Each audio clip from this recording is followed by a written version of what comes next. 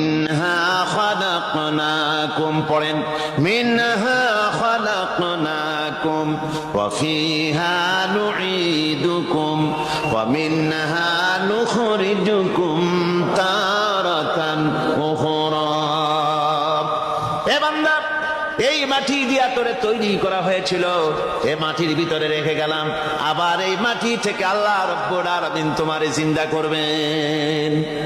কিয়ামতের ময়দানে সকলকে উঠতে হবে সেখানে আল্লাহর দরবারে। আল্লাহ পাক বলছেন, বান্দা কেমনে অস্বীকার করো? ইন কুনতুম ফি রাইবিম মিনাল বা'স ফাইন্না খালাকনাকুম মিন তুরাব। পরকালকে যারা অস্বীকার করো, কিয়ামতে উঠতে হবে, এটাকে কিভাবে অস্বীকার করো? চিন্তা করে দেখো, তুমি নিষ্প্রাণ মাটি ছিলে, সেই মাটি দিয়েই আমি তোমাকে তৈরি করেছি। আবার আল্লাহ পাক মানুষকে আরো বুঝান, কিয়ামত আছে, পরকাল হবে, আল্লাহর দরবারে উঠতে হবে। আলাম ইয়াকুন নুতফাতাম মিন মানিয়্যিন ইউমনা। তুমি কি মাতৃগর্ভে নিক্ষিপ্ত এক ফোঁটা পানি ছিলে না? সুম্মা কানা আলাকাতান ফাখালাকা ফাসাওয়া। এরপরে তোমাকে মাংসপিণ্ডে, জমাট রক্তে মাংসপিণ্ডে পরিণত করা হলো। এরপরে তোমাকে সুন্দর করে তোমাকে সুগঠিত করা হলো। ফাজআলা মিনহু যাওজাইনি যাকারা ওয়াল উনসা।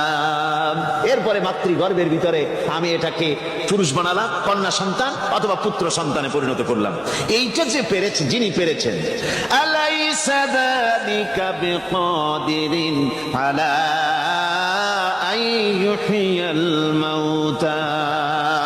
সে আল্লাহর পক্ষে কি সম্ভব নয় যে তোমার মৃত্যুর পরে তিনি আবার জিন্দা করতে পারবেন? কি বলেন সম্ভব না? তিনি পারবেন না?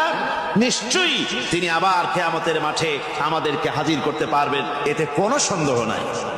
আল্লাহ পাক সেই জন্য এখানে বলতেছেন যে ওরা বাল কাযযাবু বিসসাম, ওরা আসলেই পরকালকে অস্বীকার করেছে। আপনি যে নবী, এতে কোনো সন্দেহ নাই।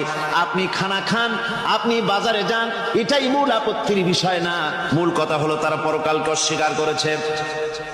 আল্লাহ পাক বলেন, ওয়া আন্নাস সাআতা আতিয়াতুন লা রাইবা ফিহা। অবশ্যই সে সময় আসবে, সে কিয়ামত আসবেই, এতে কোনো সন্দেহ নাই। ওয়া আন্নাল্লাহা ইয়াবআসু মান ফিল কুবুর। আর আল্লাহ পাক তিনি কবরের মধ্যে অন্তর্হিত যা কিছু আছে সবাইকে কিয়ামতের দিন আল্লাহ পাক ময়দানে উঠাবেন। কিয়ামতে আল্লাহর দরবারে সকলকে হাজির হতে হবে। আমার বন্ধুগণ, আল্লাহ পাক বলেন, ওয়া লাকাদ খালাকনাল ইনসানা মিন সুলালাতিন মিন তিন। লক্ষ্য করো, তুমি ছিলে মাটির নির্যাস থেকে, তোমাকে তৈরি করা হয়েছে।